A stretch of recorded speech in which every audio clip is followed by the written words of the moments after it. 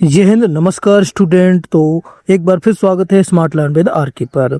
तो आज स्टूडेंट आज 17 तारीख हो गई है और आज जो आरआरबी एनटीपीसी अंडर ग्रेजुएट का जो एग्जाम हुआ है उसका फुल एनालिसिस करने वाले हैं स्टूडेंट। सभी शिफ्टों का किस तरह के प्रश्न आए हैं, कैसे कैसे प्रश्न पूछे जा रहे हैं, सभी प्रश्न हम देखने वाले हैं। तो सभी साथी क्लास में एंड तक जुड़े रहना। आगे वाली शिफ्टों के लिए बहुत ज़्यादा इंपॉर्टेंट क्लास ये रहने वाली है, एकदम रामबाण क्लास ये साबित होने वाली है।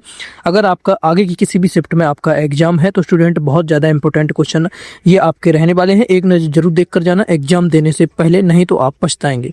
तो चलिए शुरू करते हैं। पहला प्रश्न देखिए, किस मौर्य शासक को अमितघात शत्रुओं का नाश करने वाला के नाम से भी जाना जाता था? कौन मौर्य शासक था जिसे अमित्रघात के नाम से जाना जाता था? चंद्रगुप्त मौर्य, बिंदुसार, अशोक या फिर डी दशरथ है? तो कौन था स्टूडेंट जो अमितघात के नाम से जाना जाता था, अमित्रघात के नाम से? तो वो आपका बिंदुसार था। कौन था?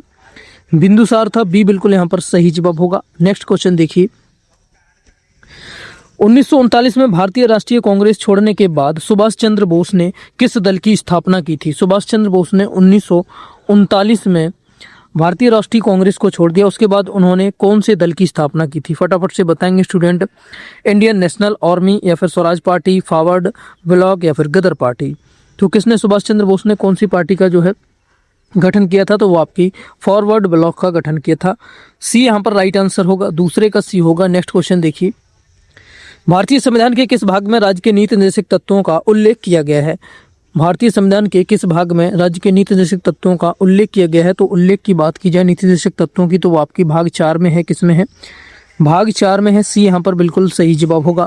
सी बिल्कुल राइट आंसर होगा। आगे चलने से पहले स्टूडेंट एक रिक्वेस्ट है आपसे, जो भी साथी चैनल से नए जुड़े हैं चैनल को सब्सक्राइब करके बेल आइकन को ऑन जरूर कर लें और साथ ही वीडियो को लाइक शेयर कर दें। सभी स्टूडेंट सभी को वीडियो को लाइक करना है, थम्स अप का बटन दबाकर।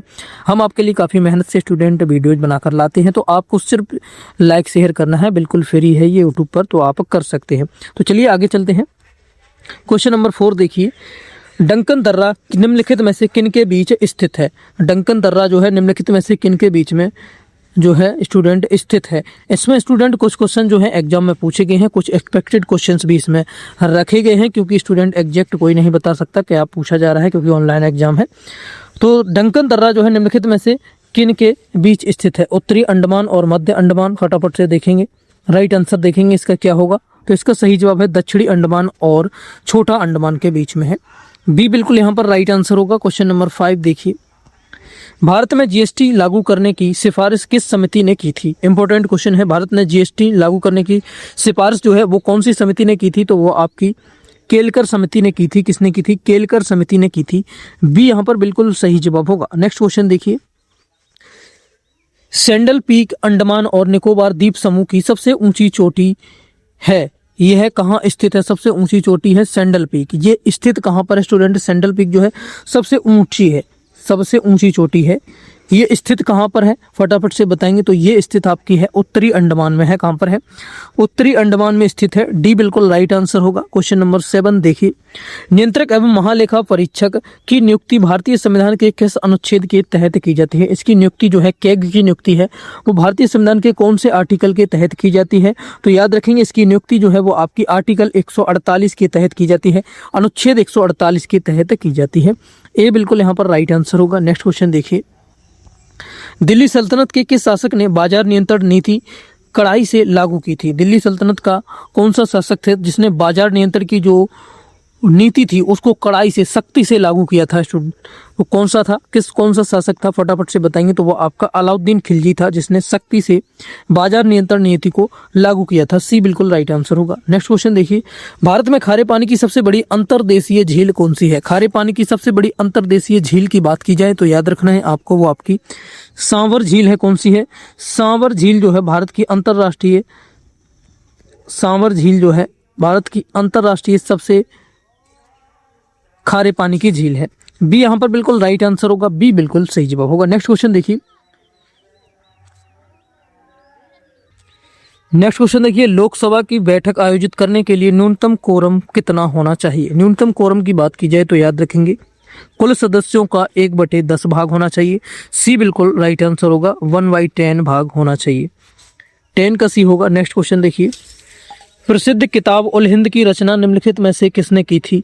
प्रसिद्ध किताब उल हिंद की जो रचना है बहुत इंपॉर्टेंट है, किसने की थी? तो ये आपके याद रखेंगे, अल बरूनी ने की थी। इसकी रचना किसने?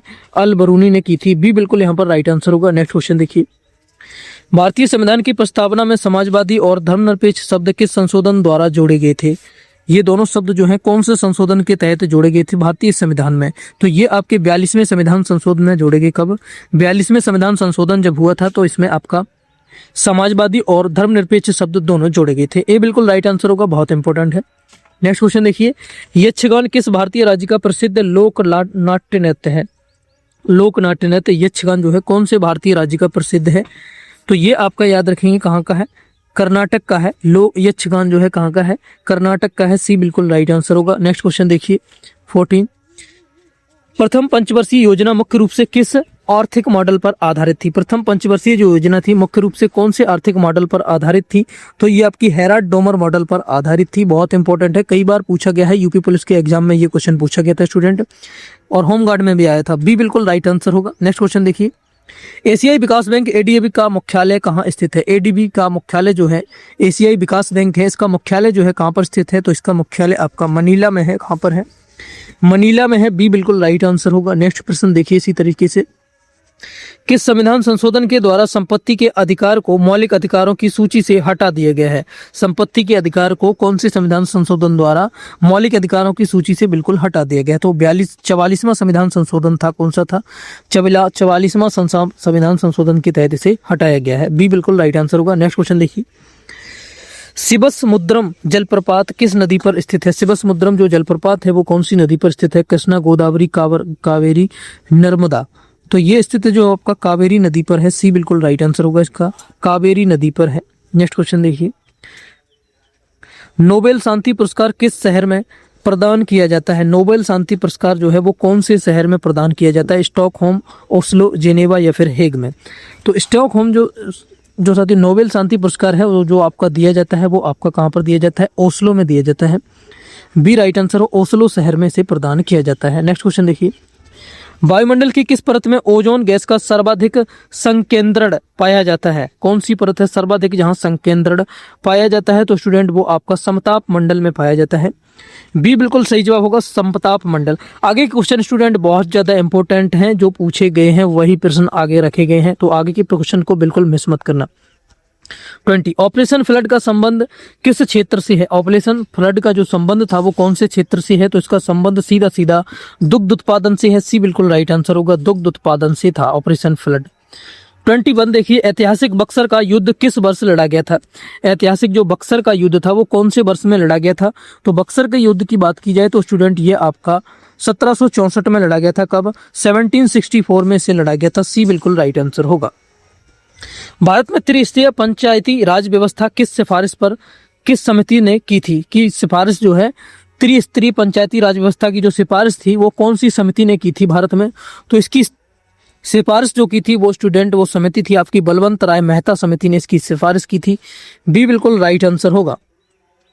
नेक्स्ट क्वेश्चन देखिए 23, संयुक्त राष्ट्र सुरक्षा परिषद में स्थायी सदस्यों की संख्या कितनी है? संयुक्त राष्ट्र सुरक्षा परिषद में स्थायी सदस्यों की जो संख्या है वो कितनी है? तो स्थायी सदस्यों की संख्या की बात की जाए तो यहाँ पर 5 है। कितनी है?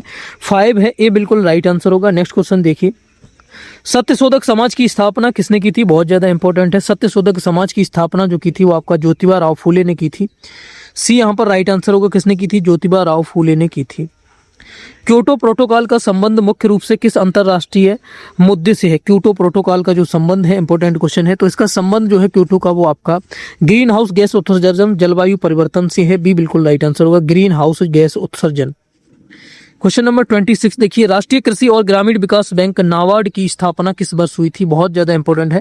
नाबार्ड की स्थापना जो हुई थी याद रखेंगे वो आपकी 1982 में हुई थी, 1982 में हुई थी। कब?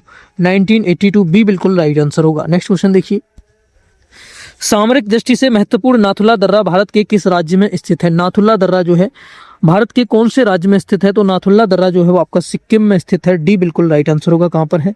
सिक्किम में स्थित है। नेक्स्ट क्वेश्चन देखिए, भारतीय संविधान के किस अनुच्छेद में राष्ट्रपति पर महाभियोग चलाने की प्रक्रिया का वर्णन है? कौन से अनुच्छेद के तहत राष्ट्रपति पर जो है महाभियोग चलाया जा सकता है? तो वो आपका आर्टिकल 61 अनुच्छेद 61 के तहत ऐसा किया जा सकता है, राष्ट्रपति पर महाभियोग लगाया जा सकता है। बी राइट आंसर होगा।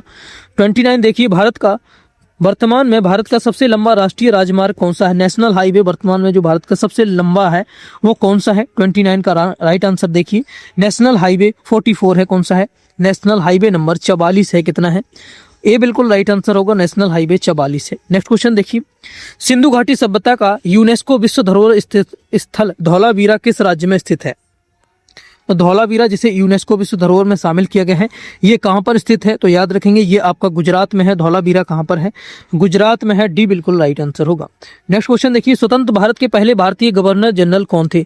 स्वतंत्र भारत के पहले भारतीय गवर्नर जनरल की बात की जाए तो याद रखेंगे आप सी गोपालाचारी थे। कौन थे? बी बिल्कुल राइट आंसर होगा, सी गोपालाचारी स्वतंत्र भारत के पहले गवर्नर जनरल थे। 32 देखिए, कैबिनेट मिशन भारत किस वर्ष आया था? इंपोर्टेंट है, कैबिनेट मिशन जो है भारत में कब आया था? तो ये आपका 1946 में आया था। 1946 में कैबिनेट मिशन जो है भारत आया था। सी बिल्कुल राइट आंसर होगा। नेक्स्ट प्रश्न देखिए, एक्वा रेजिया में सांद्र हाइड्रोलिक अम्ल और सांद्रक नाइट्रिक अम्ल जो है का अनुपात क्या होता है? साइंस का क्वेश्चन है, साइंस के क्वेश्चन भी आपको देखने को मिलेंगे एग्जाम में। तो इसका अनुपात जो होता है स्टूडेंट वो आपका 3:1 होता है। कितना होता है? 3:1 का जो यहाँ पर अनुपात होता है। बी बिल्कुल राइट आंसर होगा।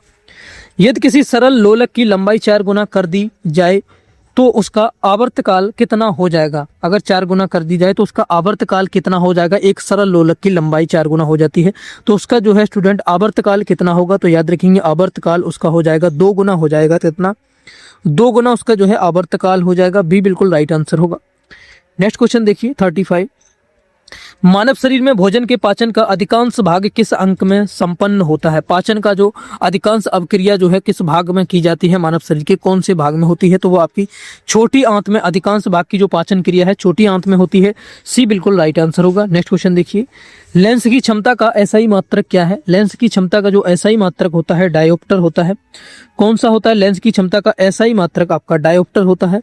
सी बिल्कुल यहाँ पर राइट आंसर होगा, डायोप्टर होगा। नेक्स्ट क्वेश्चन देखिए, निम्नलिखित में से किस गैस को मार्स गैस के नाम से जाना जाता है? मार्स गैस के नाम से किस गैस को जाना जाता है? तो फटाफट से बताएंगे। मार्स गैस के नाम से आपकी मीथेन को जाना जाता है। बी राइट आंसर होगा, मीथेन को जाना जाता है। क्वेश्चन नंबर 38 देखिए, कौन सा रक्त समूह सार्वभौमिक प्राप्तकर्ता कहलाता है? यूनिवर्सल रेसिपेंट कहलाता है। कौन सा ब्लड ग्रुप होता है जो यूनिवर्सल रेसिपेंट कहलाता है? तो यूनिवर्सल रेसिपेंट की बात की जाए तो वो आपका ए बी पॉजिटिव होता है। कौन सा होता है? ए बी पॉजिटिव होता है। सी बिल्कुल यहाँ पर राइट आंसर होगा, ए बी पॉजिटिव जो है स्टूडेंट वो आपका सार्वभौमिक प्राप्त करता होता है, यानी कि सभी ब्लड ग्रुप्स को वो अपने अंदर प्राप्त कर सकता है, किसी भी ग्रुप का ब्लड हो। नेक्स्ट क्वेश्चन देखिए, डीएनए का प्रसिद्ध डबल हेलिक्स मॉडल किसने प्रस्तुत किया था? डबल हेलिक्स मॉडल जो डीएनए का था वो स्टूडेंट किसने प्रस्तुत किया था? तो वो आपका वाटसन और क्रिक ने से प्रस्तुत किया था। बी बिल्कुल राइट आंसर होगा, वाटसन और क्रिक ने। नेक्स्ट क्वेश्चन देखिए 40 गुरुत्वाकर्षण के सार्वत्रिक नियम का प्रतिपादन किसने किया था? गुरुत्वाकर्षण के सार्वत्रिक नियम का प्रतिपादन किसने किया था? अल्बर्ट आइंस्टीन, गैलीलियो या जोहान्स केपलर या फिर आइजैक न्यूटन? इस क्वेश्चन का आंसर आप लोग HW है, इसका आंसर कमेंट करके बताएंगे। इतने ही क्वेश्चन स्टूडेंट जो मिले थे और जो एक्सपेक्टेड क्वेश्चन थे उनको इसमें रखा गया है। आशा करते हैं क्लास अच्छी लगी होगी तो वीडियो को लाइक शेयर कर दें और चैनल को भी सब्सक्राइब कर लें जो साथी नए जुड़े हैं, और टेलीग्राम चैनल को आप जरूर ज्वाइन कर लें साथियों। वीडियो के डिस्क्रिप्शन में लिंक मिल जाएगा, वहां से आपको PDF मिल जाती है। लेकिन अभी टेलीग्राम पर थोड़ा बैन चल रहा है, इस वजह से प्रॉब्लम आ रही है वहाँ कनेक्टिविटी में। लेकिन जैसे ही ये 22 तारीख तक इस पर बैन है, जैसे ही हटेगा उसके बाद एकदम चीज़ें सही से आने लगेंगी। मिलते हैं नेक्स्ट वीडियो में। डेली क्लास आती है, जब तक एग्जाम चल रहा है स्टूडेंट हम डेली एनालिसिस कराते हैं एग्जाम की, तो सभी साथी चैनल से जुड़े रहें। मिलते हैं नेक्स्ट क्लास में, तब तक के लिए थैंक यू, जय हिंद।